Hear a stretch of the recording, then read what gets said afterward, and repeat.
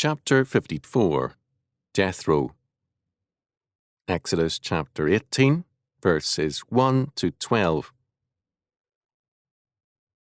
When Jethro, the priest of Midian, Moses' father-in-law, heard of all that God had done for Moses and for Israel his people, and that the Lord had brought Israel out of Egypt, then Jethro, Moses' father-in-law, took Zipporah, Moses' wife, after he had sent her back, and her 2 sons, of which the name of the one was Gershom, for he said, I have been an alien in a strange land.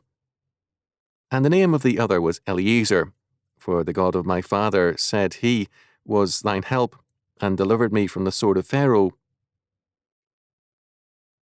And Jethro, Moses' father-in-law, came with his sons and his wife unto Moses into the wilderness, where he encamped at the mount of God. And he said unto Moses, I, thy father-in-law Jethro, am come unto thee, and thy wife, and her 2 sons with her. And Moses went out to meet his father-in-law, and did obeisance, and kissed him, and they asked each other of their welfare, and they came in unto the tent. And Moses told his father-in-law all that the Lord had done unto Pharaoh and to the Egyptians for Israel's sake, and all the travail that had come upon them by the way, and how the Lord delivered them.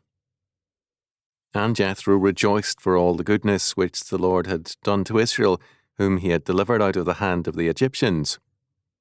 And Jethro said, Blessed be the Lord, who hath delivered you out of the hand of the Egyptians, and out of the hand of Pharaoh, who hath delivered the people from under the hand of the Egyptians. Now I know that the Lord is greater than all the gods, for in the thing wherein they dealt proudly, he was above them. And Jethro, Moses' father-in-law, took a burnt offering and sacrifices for God, and Aaron came and all the elders of Israel to eat bread with Moses' father-in-law before God. Exodus chapter 18, verses 1 to 12. In this text, we have an account of the visit paid to Moses by his father-in-law, a truly godly man, and apparently a man of wisdom. He comes with Moses' wife, Zipporah, whom Moses had sent back as an impediment to his calling in Egypt. There is no indication that Moses did not love his wife. In fact, he may have been unduly patient with her in the matter of circumcision. Exodus chapter 4, verses 24 to 26. The fact that she did not share his strong faith did not mean a lack of love on his part.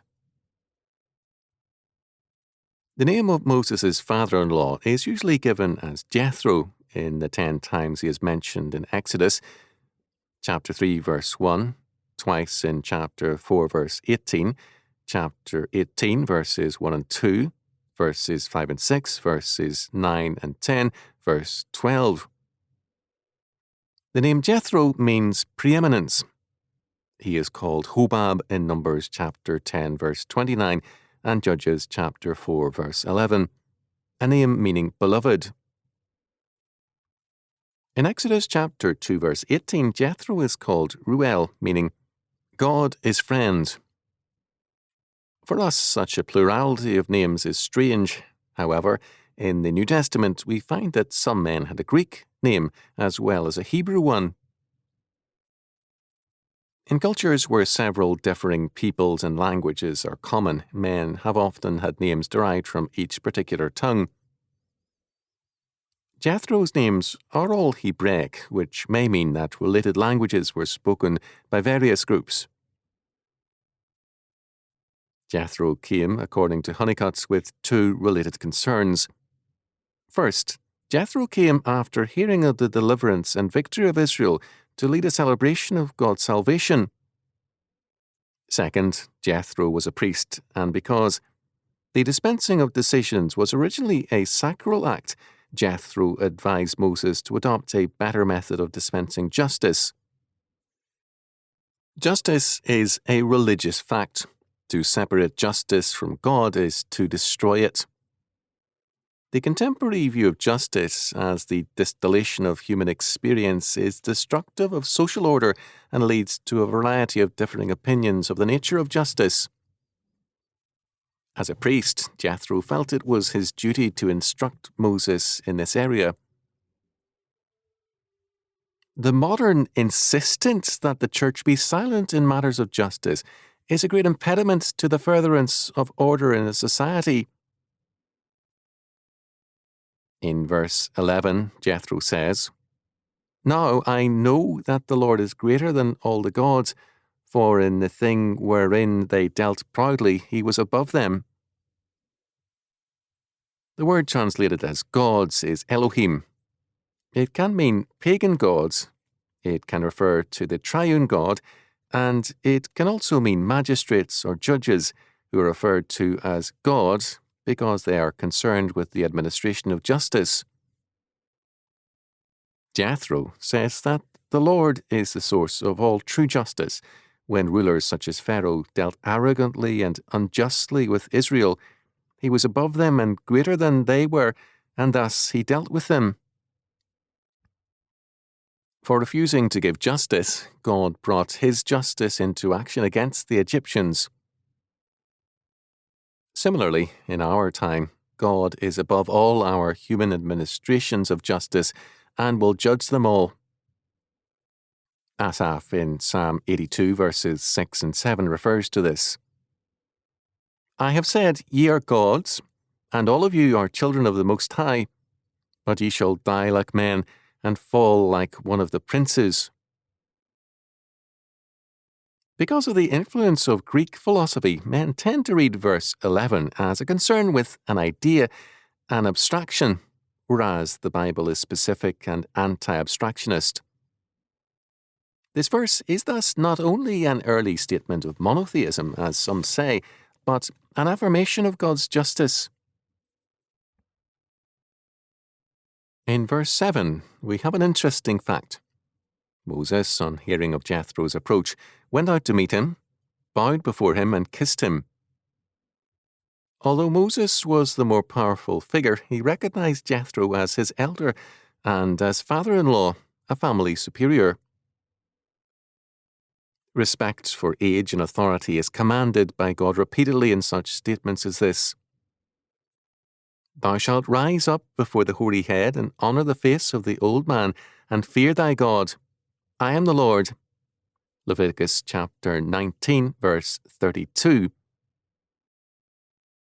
The lack of respect and civility in a society is an indication of inner decay. Verses 8 and 9 tell us that Moses gave a specific report to Jethro on all that God had done for Israel, and Jethro rejoiced. It is worth noting that both Amalek and Midian were, like Israel, descended from Abraham. The difference between the men of Amalek and Midian, as against those of Israel, was not a genetic one, but a religious fact. Jethro, as a Midianite, was, like Moses, a godly man, and unlike other men of Midian, even as Moses was unlike other Israelites. There's an important fact in verse 1 which must not be overlooked. We are told that Jethro came when he heard of all that God had done for Moses and for Israel his people. We cannot legitimately see Scripture abstractly. Moses is more than God's instrument. An instrument is used, things are not done for it. But Moses was God's servant, who was not only used by God, but also blessed and honoured by him. It is anti-biblical to reduce ourselves or anyone else to no more than tools used by God. God works in history with men and nations, but at the same time he is mindful of us as persons. In verse 12, we are told that Jethro, after hearing Moses' account of God's deliverance of Israel, offered a burnt offering and other sacrifices, and the elders of Israel joined Jethro and Moses in a communion meal before God to witness to their peace with and gratitude towards God and their own community in faith. This was a covenant celebration and an affirmation of faith in God's grace and justice. The specific character of the Bible's account is a problem for many men, reared in the context of Hellenic philosophical premises. Profundity for them means abstractions. Modern man is so in love with abstraction that he has carried it into the spheres of art and music, among other things. The religious respect and love of Hellenism, born of the Enlightenment and made even more prominent by Romanticism, has led to depersonalizing men in history. We are given accounts of social movements and the so-called collective mind as though persons are irrelevant to history. Scripture allows no compromise with such a view. It is centered on the triune God, and He works in history in many ways, and very clearly through persons, not abstract social forces.